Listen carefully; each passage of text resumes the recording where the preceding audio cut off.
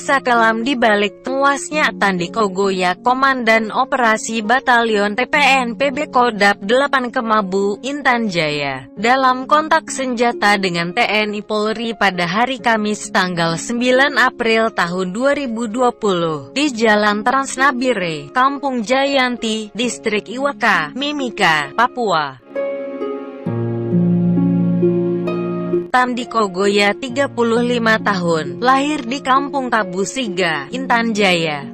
Pada usia masih anak-anak, Tandhi Kogoya diasuh oleh neneknya. Ibunya meninggal karena sakit, dan ayahnya meninggal dalam satu perang suku. Dia bahkan tidak ingat wajah kedua orang tuanya. Dalam beberapa tahun kemudian neneknya pun meninggal. Dia hidup sebatang kara dan tidak mengenyam pendidikan seperti anak-anak lain seusianya. Tandhi Kogoya harus berjuang untuk bisa makan seadanya. Dia sering tidur dalam kelaparan. Tidak makan 2-3 hari itu sudah biasa dialaminya. Dari orang-orang kampung, ia tahu kakak pertamanya ada di Kalikabur, Tembagapura. Tandhi menempuh 2 hari 2 malam berjalan kaki dari Kabusiga ke Tembagapura. Setelah beberapa tahun kemudian, kakak pertamanya di Kalikabur pun meninggal akibat perang suku. Tandhi Kogoya kembali lagi hidup sebatang kara. Sepeninggal kakaknya, dalam usia yang sudah menjelang remaja, Tandhi Kogoya mulai direkrut Sabinus Waker, pimpinan kelompok kriminal bersenjata yang beroperasi di Tembagapura. Sabinus Waker adalah paman Tandhi Kogoya dari garis keturunan pihak ibunya. Sejak itu ia tidak bisa lepas dari genggaman kelompok kriminal bersenjata atau OPM.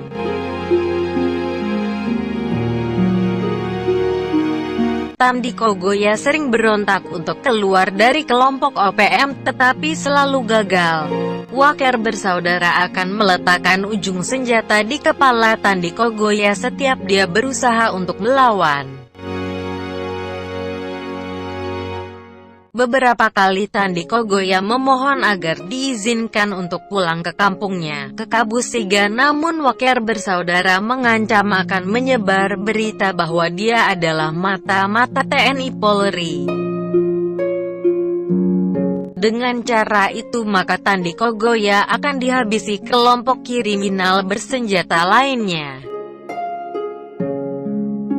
Tandhi Kogoya akhirnya hidup dalam lingkaran kehidupan sebagai anggota kelompok kriminal bersenjata.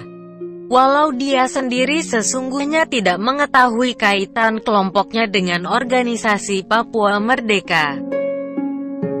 Dia sama sekali tidak dapat membaca dan menulis, walau dia bisa menghitung nilai uang.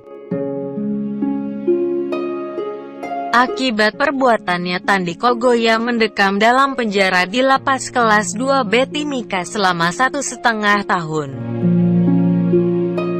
Di dalam penjara, Tandhi Kogoya dikenal sebagai sosok yang baik dan loyal terhadap sesama narapidana serta kepada petugas lapas.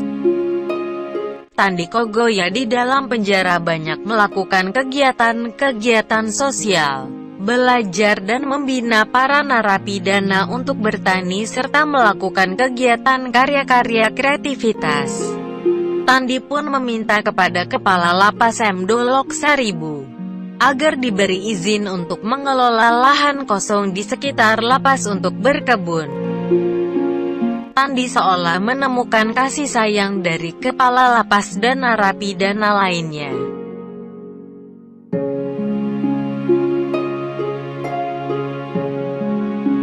Beberapa kali dia mengatakan bahwa ia tidak akan meninggalkan lapas kelas 2B Timika sekalipun masa tahanannya kelak selesai.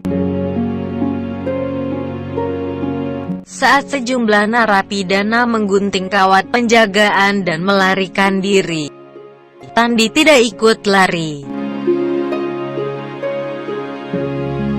Suatu ketika anggota Satgas Nemangkawi Mabes Polri, Kompol Awaludin Amin, datang berkunjung ke ruang kerja Kepala Lembaga Pemasyarakatan kelas 2B Timika.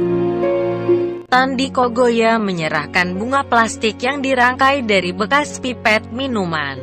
Kardus-kardus bekas makanan dikumpulkan Tandi, satu persatu dilipat disusun, hingga membentuk sebuah pot. Di atas pot itulah bunga-bunga plastik dirangkai dengan sangat indah. Berharap Kompol Awaludin menyimpannya agar selalu mengingatnya. Saat itu suasana menjadi haru. Tandi Kogoya memeluk Kompol Awaludin dengan eratnya. Tahun 2019, selesai masa tahanan, Tandi Kogoya tidak boleh tetap tinggal di lapas kelas 2B Timika seperti yang diharapkannya. Tandi tidak mampu untuk hidup mandiri, walau mempunyai kemampuan untuk berkebun tapi dia tidak punya lahan dan biaya. Tandi Kogoya lagi-lagi tidak mampu terlepas dari genggaman kelompok kriminal bersenjata dan pengaruh keluarga Waker. Tandi semakin berani dengan suntikan-suntikan motivasi yang membakar semangat perangnya tanpa tahu tujuan dari perbuatannya. Tandi Kogoya diketahui beberapa kali terlibat dalam penembakan terhadap anggota TNI Polri dan pembunuhan terhadap tukang ojek. Yang terakhir diketahui Tandi Kogoya ikut dalam penembakan di kantor PT Freeport yang menewaskan 1 orang warga Selandia Baru dan melukai 2 orang warga Indonesia. Akhirnya, Tandi Kogoya pun tewas dalam kontak senjata dengan TNI Polri yang melakukan penegakan hukum atas perbuatannya. Kebrutalan dan kesadisan Tandi Kogoya terhenti oleh timah panas TNI Polri. Itu adalah langkah terbaik untuk menghentikan perbuatannya.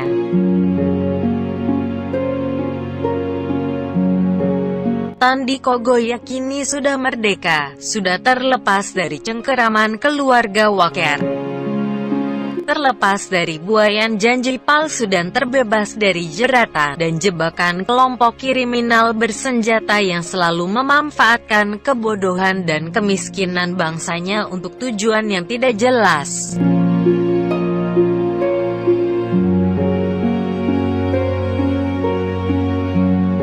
Kisah ini dikutip dari cerita fakta tentang Tandi Kogoya selama menjalani hukuman di lapas kelas 2B Timika, baik yang diucapkannya sendiri maupun dari kesaksian narapidana lainnya.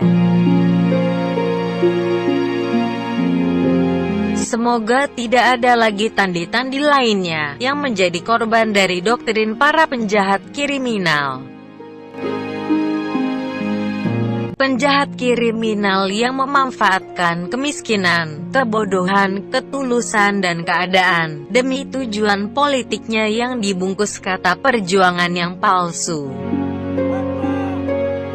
Perjuangan yang mengorbankan nyawa bangsanya, menciptakan kerusuhan, menghasut untuk melawan pemerintah adalah kejahatan. Saudara-saudaraku di Papua, mari bersama katakan tidak bagi kelompok kriminal bersenjata KKB. Jangan mau dihasut. Mereka bukan berjuang untuk kesejahteraan rakyat Papua. Mereka akan selalu membuat kerusuhan karena mereka mencari nafkah dan uang dengan menjual isu Papua. Kita sekarang berjuang untuk hidup yang lebih baik, agar anak cucu kita esok dapat hidup setara dengan saudaranya di belahan bumi NKRI lainnya. Semakin lama kita membiarkan mereka membuat kerusuhan dan keributan, semakin lama waktu yang kita butuhkan untuk memperbaiki kehidupan di Papua. Mari, katakan tidak bagi KKB.